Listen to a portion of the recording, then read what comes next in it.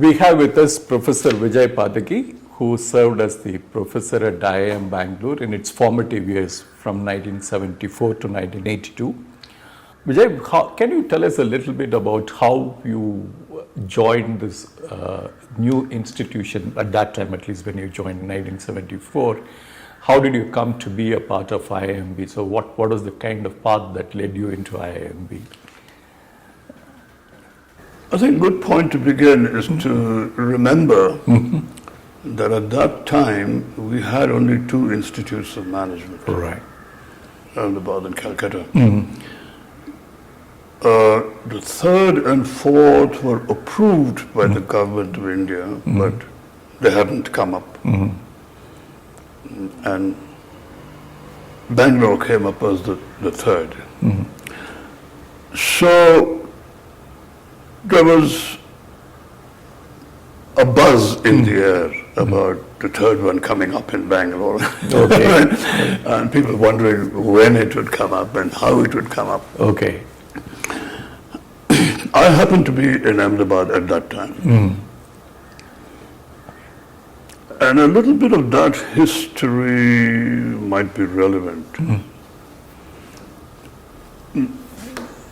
I was in an institution that was committed to applied research.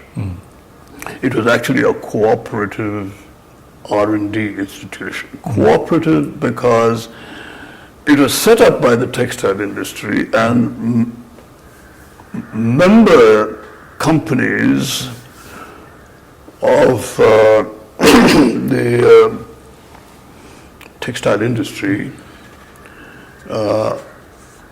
jointly supported this institution. It was called the Ahmedabad Textile Industries Research Association. The cooperative R&D model is something we got from England. Okay. When the British left India and Nehru was very keen on industrialization, his well-wishers explained to him that mere industrialization is not going to get India anywhere because we'll be forever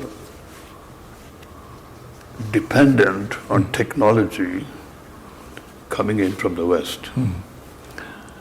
So if the country is serious about industrialization, it must invest in R&D. But R&D is expensive. So the model recommended was what had worked very well in the UK, which is cooperative R&D. Within a sector, or within a kind of industry, a type of industry, the companies would become members of a cooperative institution. So that was the cooperative R&D model. The textile industry in India was the first to take up the model on a really large scale. There were over 300 companies. Now, what is interesting about the history is that the very first two divisions of work in ATIRA were statistical quality control, Okay. which later on became operations research, Okay. and industrial psychology. Okay. Okay. Okay. Before we did fiber physics or Right. color chemistry or improvements in loom design, all that came later. Okay. But to get started, these are the first two units of work. Okay. It's extraordinary because the captains of industry realized that to make an impact in a very, very traditional industry, you have to demonstrate that something works Okay. on the shop floor. And so staff members from industrial psychology took on applied research projects to show how to improve productivity with changes in staffing practices, work structures, and so on and so forth. And statistical quality control, of course, was controlling error. How do you reduce breakages and spinning? How do you, This is very important because this was the beginning of an appreciation of management and in an R&D institution. Within about 5 years, or maybe 6 years, ATIRA started organizing management conferences. Okay. This, I presume, would be in the early 70s? No, 50s. 50s. Oh, okay. Oh, okay. Okay. Late 50s. Late 50s. Okay. Inviting professionals from all around and getting a lot of industry experience, Okay. a sort of case study approach to management, but the conferences hosted in ATIRA. And at the end of a few conferences of this kind, they prepared a white paper on the need for management education in India, the equivalent of IITs.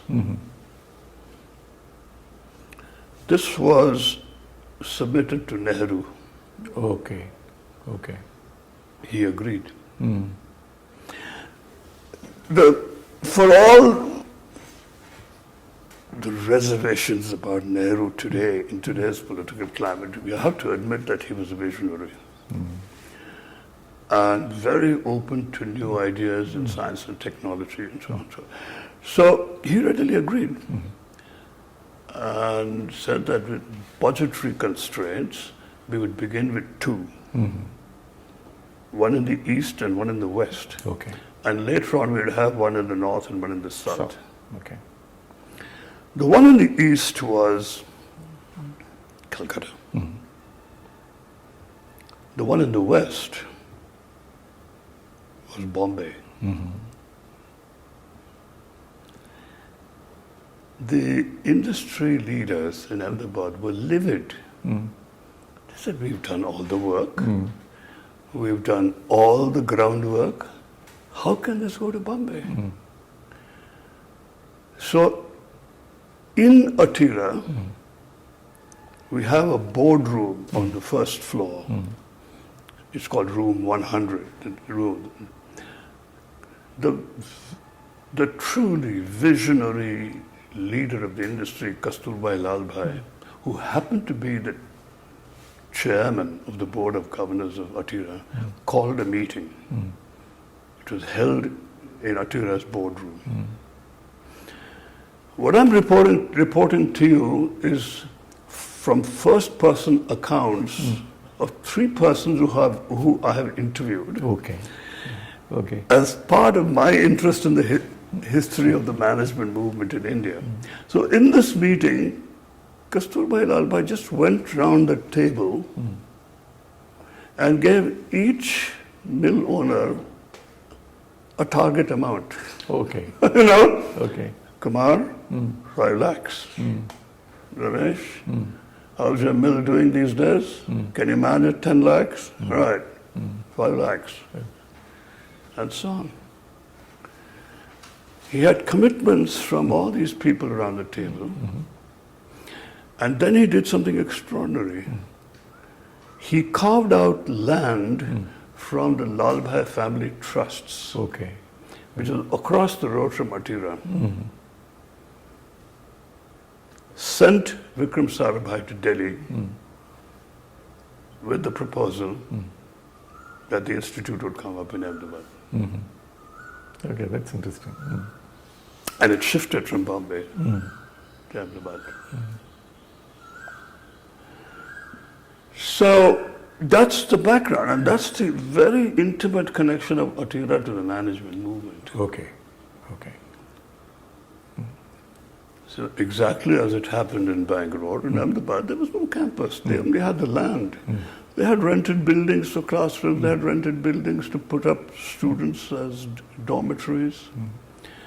And my predecessor, Kamala Chaudhary, who was the head of the industrial psychology division. Later the name was changed to human relations division. Okay. She had been a prime mover of these conferences.